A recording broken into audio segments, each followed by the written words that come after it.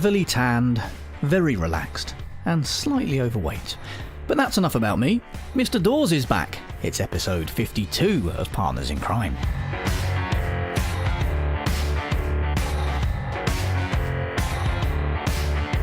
This is Partners in Crime with Adam Croft and Robert Dawes.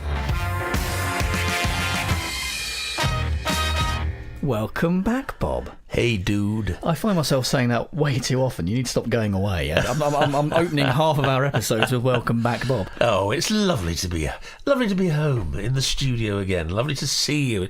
It's not often people come back from the Caribbean and say it's lovely to be home. Well, it is. I mean, there's no place like home. You know me. I'm a home bird, and so it's lovely to be back. I have seen such things. I have travelled the seas and oceans. It's been an extraordinary time, really, and I can't pretend that I haven't had an absolutely splendid time of it.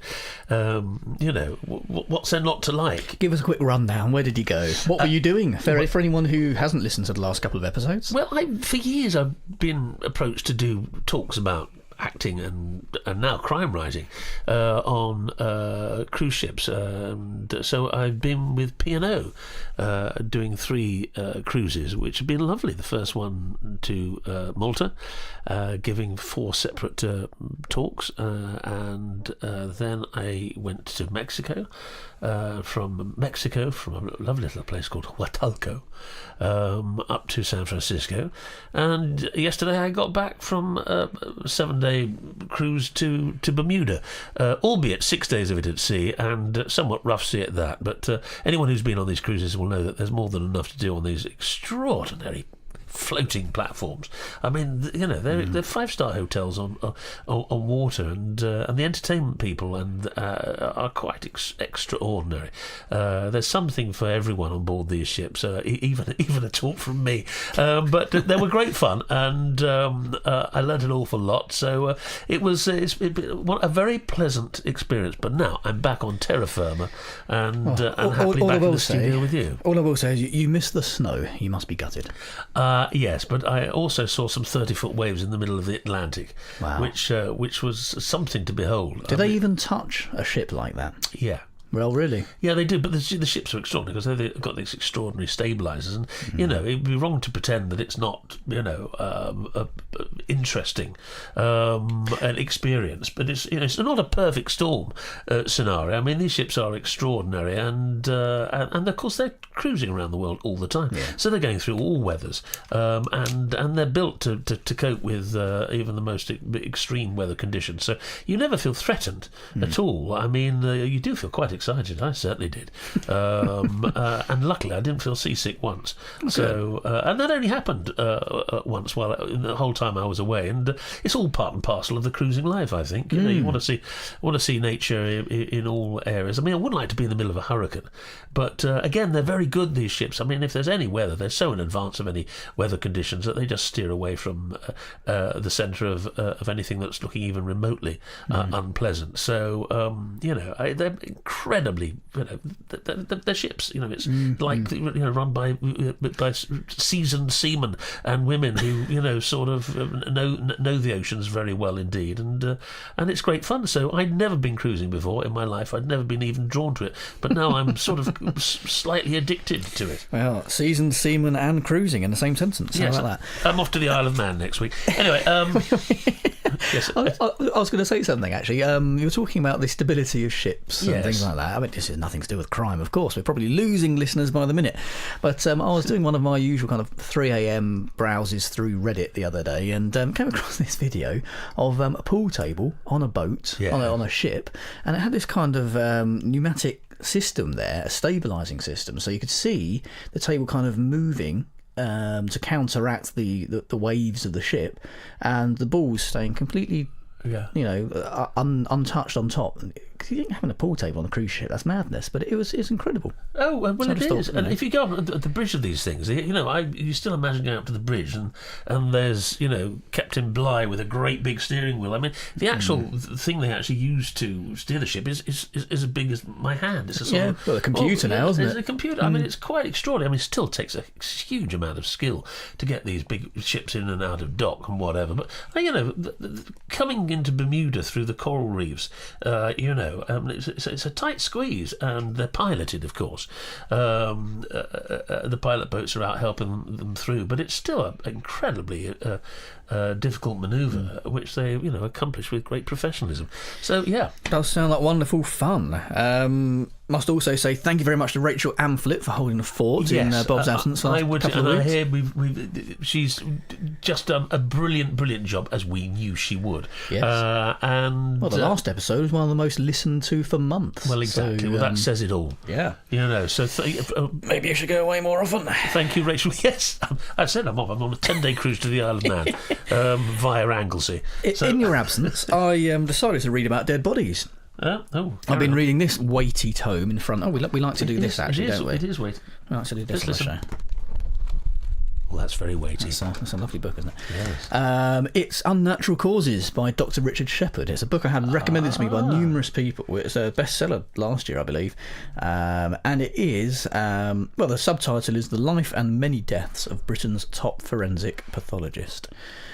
It's a really, really interesting book. It's not an information-packed, dry book on forensics, like many crime writers will know. There are lots of those around. This is written almost as a memoir of Britain's top forensic pathologist, and there's lots of information in there, and I have been filling a notebook with notes and information on things, but it's just an absolutely fascinating read. I'm only about halfway through it at the moment, but loving every minute of it. It's is it available really, on Kobo? I imagine it is, yes. Yeah. I'll get to that in a moment. I'm just going to read a little bit from the back of the book, actually, to give you a flavour of what it's like. "Are you all right, Doctor?" asked the deceased girl's mother. Her voice, suffused by grief, was kind and generous. Generous because she was looking at me with something like compassion. I assured her, rather shakily, that I was fine. Can you shed any light on our daughter's death for us?" she prompted. That was my role here, she had reminded me. They didn't need me to share their grief. They didn't require my tears for the beautiful daughter taken from them. I had a knowledge of their daughter that they lacked. Knowledge of how her body worked, of what had happened that terrible night. I could comfort her family with what I had learned from her. Wow. And that's, he talks about a lot of the cases that he worked on, and obviously, names changed unless it's a big case that everybody knows of, and there's no point in changing the names because they can, like the Stephen Lawrence murders, for example, it's, very obvious what you're talking about, so the real names are used there. Yeah. But not murders, murder. But yeah, it's a fascinating book. It's not one that you enjoy, but it's one that's got to be read, and one that I would thoroughly you recommend it for lovers of crime fiction and for crime writers as well. I mean, it sounds like an essential manual for crime writers. I mean, for anyone really, it's just a really, really interesting insight into what actually happens with forensic pathologists. I don't think you even need to be into crime, really. No. It's just a really, really interesting memoir. Unnatural Causes? Yeah, Unnatural Causes by Dr. Richard Shepherd. Right. Dick Shepherd. Thank you very much. I'll nick that off you as soon as you finished it. Sounds like an essential read. Well, actually, getting back very quickly to the cruises, because obviously I'm trying to wean myself off that lifestyle by talking about it constantly. Albeit, no, it was a busman's. Can you have a busman's on a boat? I don't know. Well, you can't call it a boat. It's a ship. If you call it a boat, you're asked to shipman's holiday. You're asked to walk the plank. Anyway, picking up on something I mentioned last month about casual observations of what passengers on board are reading, and it's quite an interesting thing because board these ships are 2,000 to 3,000 passengers in, albeit very big boats, ships. I've done it again, and so it's quite interesting to actually see what people are actually reading. And as I observed last month, I was quite surprised to see that the vast majority of crime fiction was being read by women. I don't know why I was surprised. I mean, I thought it would probably be equal, but it didn't seem to be.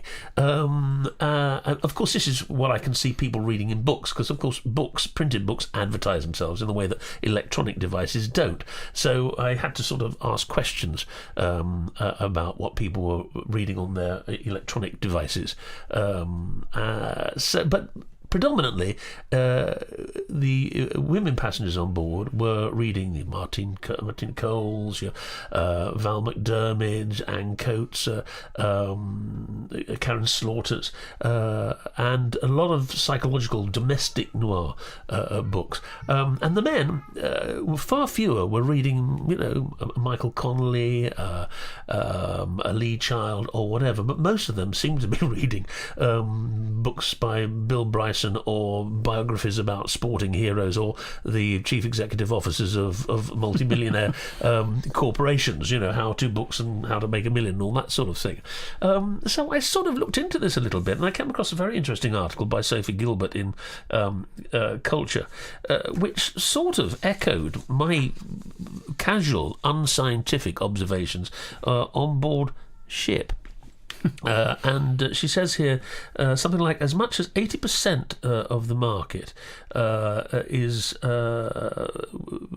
read by women. Women read most psychological thrillers, are often associated with male readers. Women read most of those too, between 60 to 80%. Dr. Melanie Ramdarshan Bold, a lecturer in publishing and book culture at University College London, told me that women also prefer to read books by women, citing a Goodreads survey that found 80% of new female authors' readership is likely to be female. Well, and male as well, actually. I survey my readers every year. I did so just last week, actually. I sent a survey out to everyone on my mailing list, 25,000 readers I've got on there. And the results I got back after a good few thousand people had filled out the survey were that 80% of my readership is female. Almost exactly. It's like 80.17% or something. That's wonderful, absolutely extraordinary. Yeah.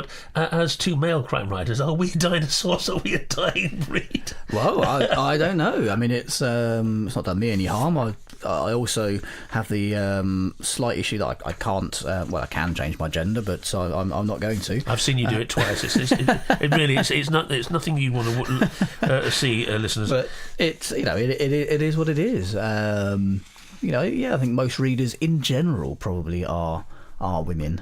Certainly of fiction, I think that's probably true across the board. Not sure there are many genres where they're more heavily read by men. I think that's because they are more read by women. I think we both know emails we get from readers or messages. The vast majority of my readers are women readers. Well, I think in terms of the ones who get in touch as well, I actually thought it was much higher percentage of women. I'm surprised that 20% of my readership is male, because in terms of emails, letters, messages and things that I get, I would say it's well over 95% women. So maybe it's just that the men do read them, but keep more quiet about it. Well, is it also? I mean, I hate to sort of generalise and whatever, but also men seem to have a fascination with fact. If someone's liable to pick up a Ben McIntyre a book dealing with history and fact and history books and whatever, as opposed to fiction, I don't know. That's a sweeping generalisation. I read more non-fiction than fiction. Yeah, even though I write fiction, I read more non-fiction. Maybe that's because I spend my day in a fictional world and I need to ground myself in reality at some point. I'm not sure, or maybe it is just because I'm male. I really don't know. But it's interesting, and this long overdue rebalancing of the sexes, is quite interesting, because we now have a phenomenon where you have an awful lot of male writers who are writing books under. I mean, Martin Waits, the one, our friend Martin, who's had a hugely successful series of books with his Tanya Carver novels. But you have lots of this phenomenon is been documented by the Wall Street Journal, and so you have writers like Riley Sager, Todd Ritter, A.G. Finn, who's really Daniel Mallory, S.J. Watson, J.P. Delaney, is Tony Strong. I mean, they are sort of their writing names could be either male or female, but they are writing mostly with women protagonists, gender neutral names. With gender neutral names. Well, S.J. Watson, I remember reading one of his books and looking him up afterwards and being extraordinarily surprised when I saw the picture. I got a sworn blind that was a female writer, and a picture of a big chap with a bald head staring at the screen at me. I thought, wow, okay. Oh. So it's interesting. You go in with these preconceptions, I think, don't you? Can women writers spot a male writer writing as a woman? I mean, traditionally, it's appallingly, it was the other way around. Even J.K. Rowling, was doing that. But you go back to the Brontes and whatever. And well, I'm going to go out on the limb here. I'm going to say if it is harder for male crime writers to break through because of a gender difference, because of the fact that people prefer to read women writers, good.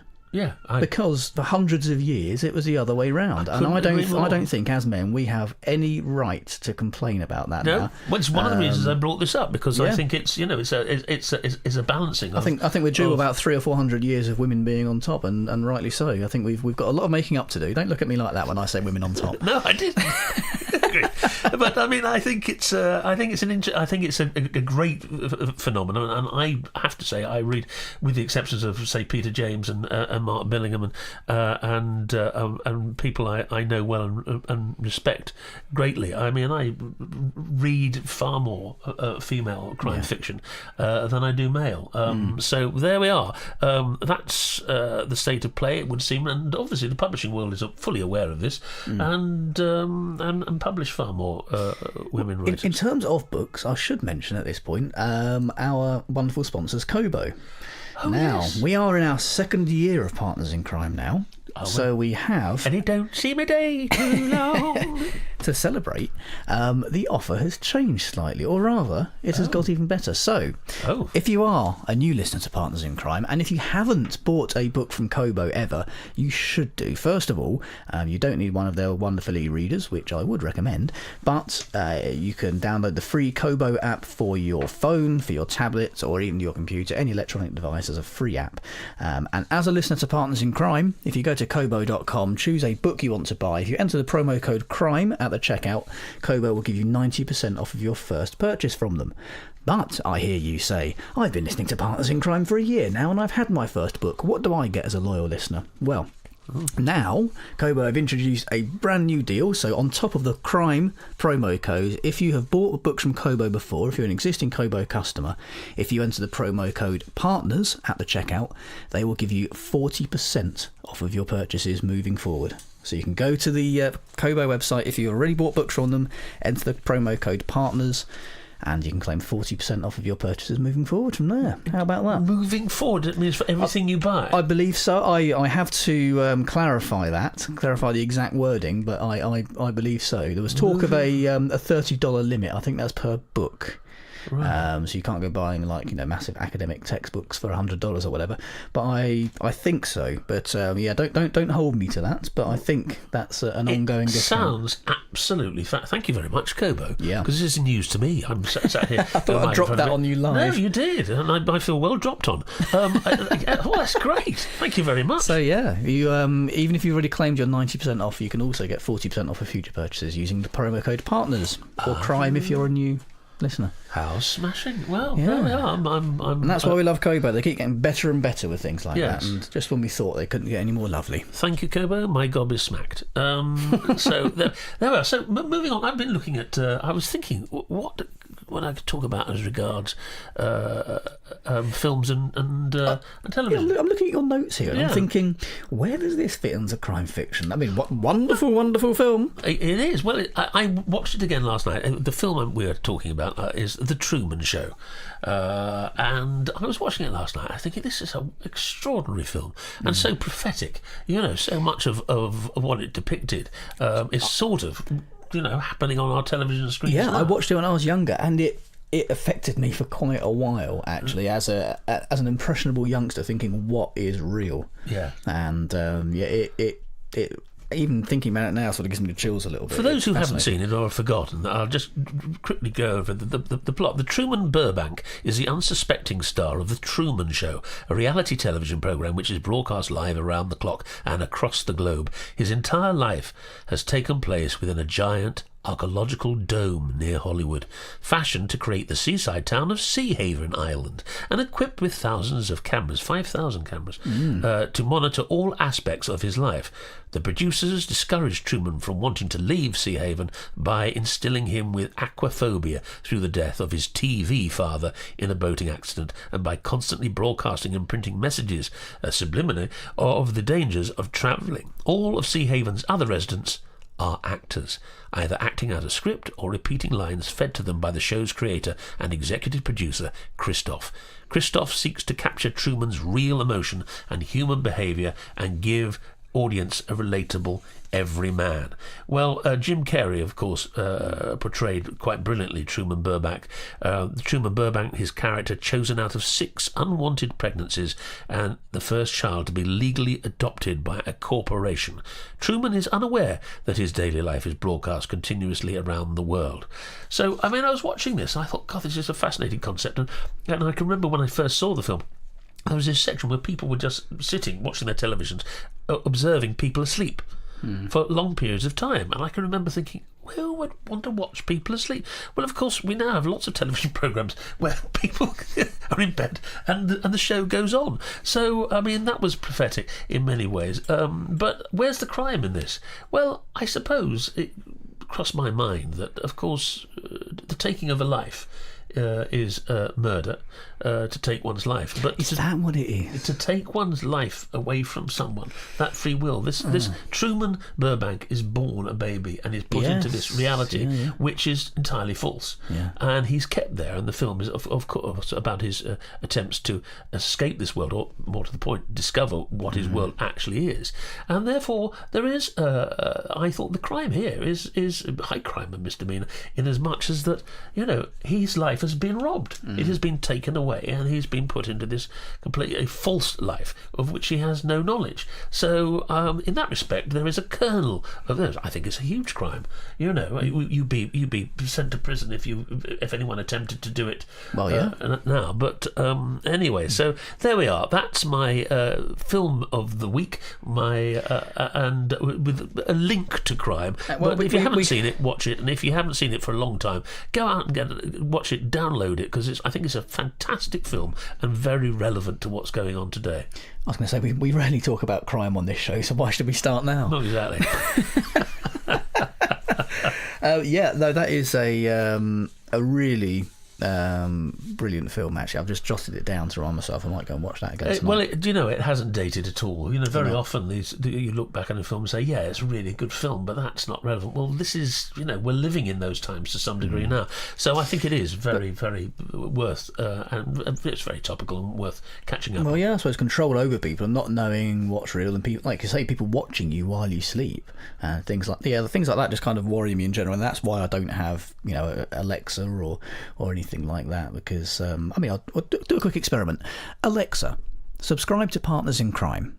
There we go. I've probably just subscribed hundreds of people around the world to the Partners in Crime podcast now. Absolute just in case they haven't already subscribed. Now they have. What a brilliant ploy! Yeah. You see, you are like Christoph in the Truman story. You've just manipulated the situation marvellously. Yeah. Alexa, play Justin Bieber.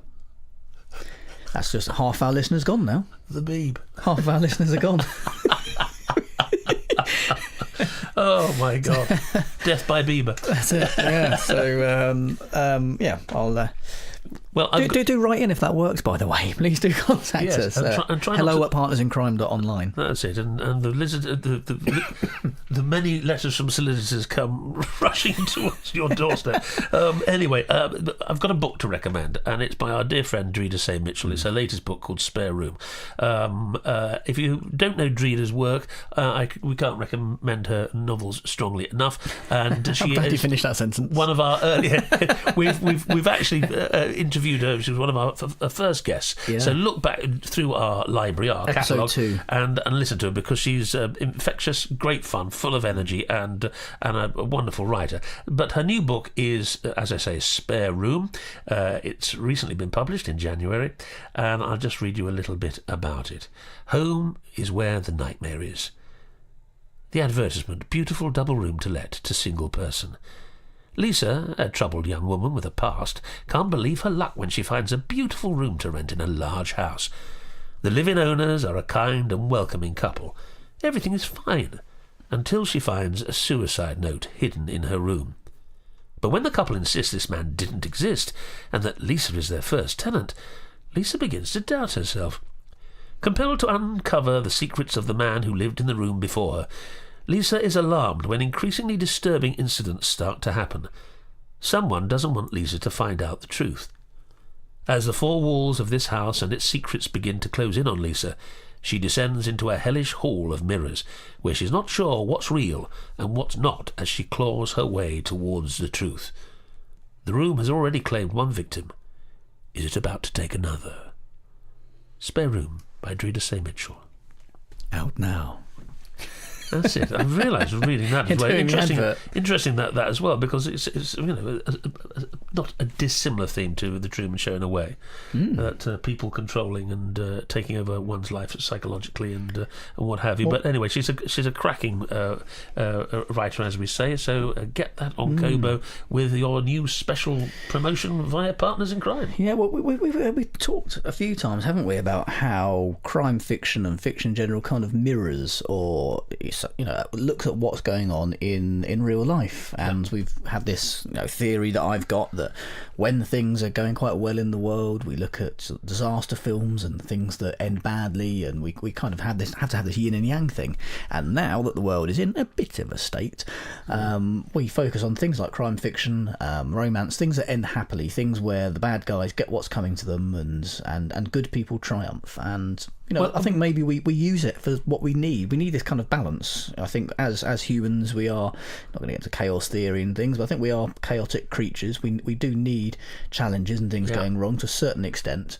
We don't want perfect lives. I think we would stagnate as a society. But I think we also obviously don't really want all the stuff that's going on now. We go for this balance somewhere in the middle. So I think our reading habits and what we watch as films, we swing from side to side depending on what state the world's in. Well, I think the need for fantasy always is strong. Escapism, yeah. Escapism. I mean, during the Great Depression and during the 1930s, when the world was in a very difficult position, that was the time of the explosion of the big Hollywood musicals, Fred Astaire, Ginger Rogers, sort of this extraordinary life of escapism. The Sound of Music. Well, yeah, I mean, you've got all that. And I think it's true of crime, really, in a way. The thing with crime novels is there is usually a completion, and I think in troubled times, people like things to be completed. They like to begin a story, follow it through, and to have an ending. They don't like open-ended. They don't want life is open-ended. You never know what's around the corner, as people say. And I think when people read a book, there's a sense that they like a story finished. They like it to come to a conclusion, and very often crime novels actually give the reader that particular thing. So there's a comfort in that, I guess. I mean, is the puzzle solved? Yeah, I was wondering if there's any kind of I look at this analytically, even looking at Agatha Christie, for example, her books really hit it big, late 20s, during the 30s, again, during a time where in America you've got the fallout of the Depression, in Europe you've got the rise of fascism. Maybe that was something that contributed to that golden age of detective fiction. And as well, we think Agatha Christie, after that, the kind of the middle of her career, wasn't as popular. The books are generally accepted what they weren't as good as the ones at the beginning and the end. So? I didn't know that. And again, towards the end of her career, you're looking at sort of fallout from the Cold War and things like that. The nuclear race and what have you. So maybe again, her books found a new lease of life because of that. Who knows? I don't. Just off the top of my head, there, maybe that's. I think that's why the golden age was so big in the 30s. Would it have happened if those writers had been around 20 years either side? Yes. Well, I suppose you could look at it now. You look at the rise of, the huge success of Lee Child, and the many people who sort of follow his formula to some degree. That the lone person against society and fighting for their lives and whatever. I mean, it's the old Western, isn't it? That's always going to be popular, I suppose, because we all think of ourselves as an outsider. It's High Noon, It's the lonely marshal against the guys, guys riding into town to kill him. I mean, it's the same sort of thing. Everyone loves an underdog. David David and Goliath. It goes back centuries. The fact that is always going to be one of the most popular stories, I suppose, one of the most popular tropes. Well, it comes down to that thing. There are only so many stories, and it's what you do with them. It's your own unique spin, and the things that make your particular stories unique. The basic formula may be one that is a classic formula, but it's how you spin it and how you create new things within the genre. So that's I think that's interesting though what you say. Every period throws up its own particular writers who are popular for reasons that are sort of to do with the times people are living through. Yeah. Yes, it's something that always fascinates me. Doesn't excuse my books, but think I've just got too much time on my hands. I think about things like this. So is that your reading, your recommendations? Yes, Dreader, absolutely. I've got so many books on the go at the moment. It's unbelievable. I have been reading away while I've been on the high seas, which has been lovely. It's been a nice time to actually catch up with a backlog of books, so I'll be mentioning those over the coming weeks. Well, I'm going to do the same. I'm going to crack on with Unnatural Causes by Dr. Richard Shepherd and continue making notes on that and hopefully getting some inspiration for my own books. Yes, and we've got some exciting news. We may have a maybe moving location. Oh, yes. Over the next few weeks to the BBC Broadcasting House. This is Partners in Crime coming to you on Radio 4. No, Can you imagine? Yes, well, yeah. I'm having an extension built in the next couple of weeks, and the studio will be moving down there. Yes, out of a spare bedroom. A very nice spare bedroom, it has to be said. Yes. You've made it very cosy. We've a dedicated space on the side of the house just for writing and podcasting. That would be nice. Yes. And peace and quiet. And you won't hear my son singing the Fireman and Sam theme tune in the background, as we have done throughout this episode. Well, I will miss that, if I'm absolutely honest. I think it adds a little texture, a little bit of real life going on while we banter away. Yeah, I mean, the tune and the words are both different, but apparently it is the Fireman and Sam theme tune. Different tune, different words. Yeah. So at least we won't get sued for copyright breaches if any of it slips onto the recording. I was singing the Fireman Sam theme to the Postman Pat. Everyone does. Music. Everyone does. Is that what happens? Yeah. Well, if you ask anybody to sing the Fireman Sam theme tune, 80-90% will start singing Fireman Sam. Yeah, I've done that. Yeah.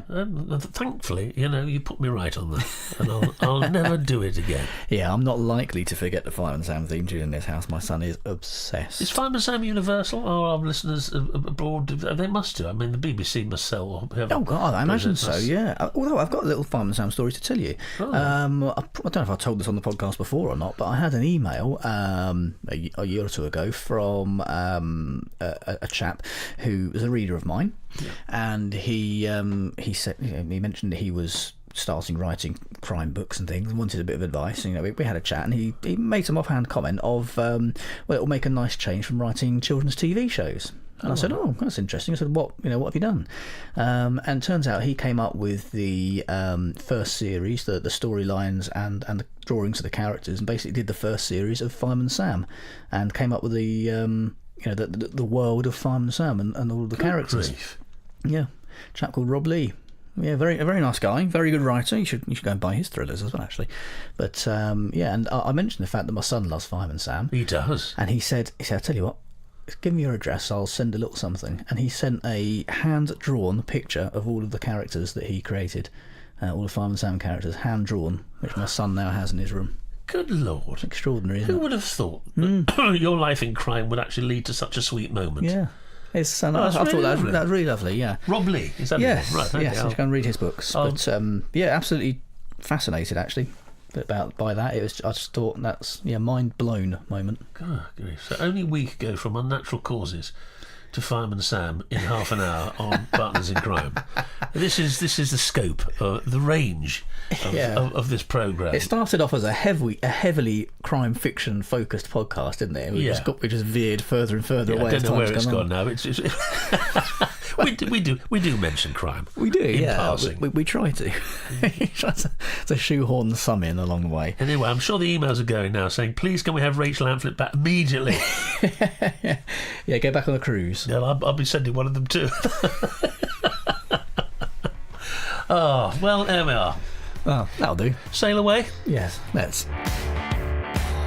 Partners in Crime was presented by Adam Croft and Robert Dawes and produced by Adam Croft. The theme tune was by the Caesareans. The Partners in Crime logo and imagery were designed by Stuart Beisch. Partners in Crime is sponsored by Kobo, your favourite local bookshop, perfected.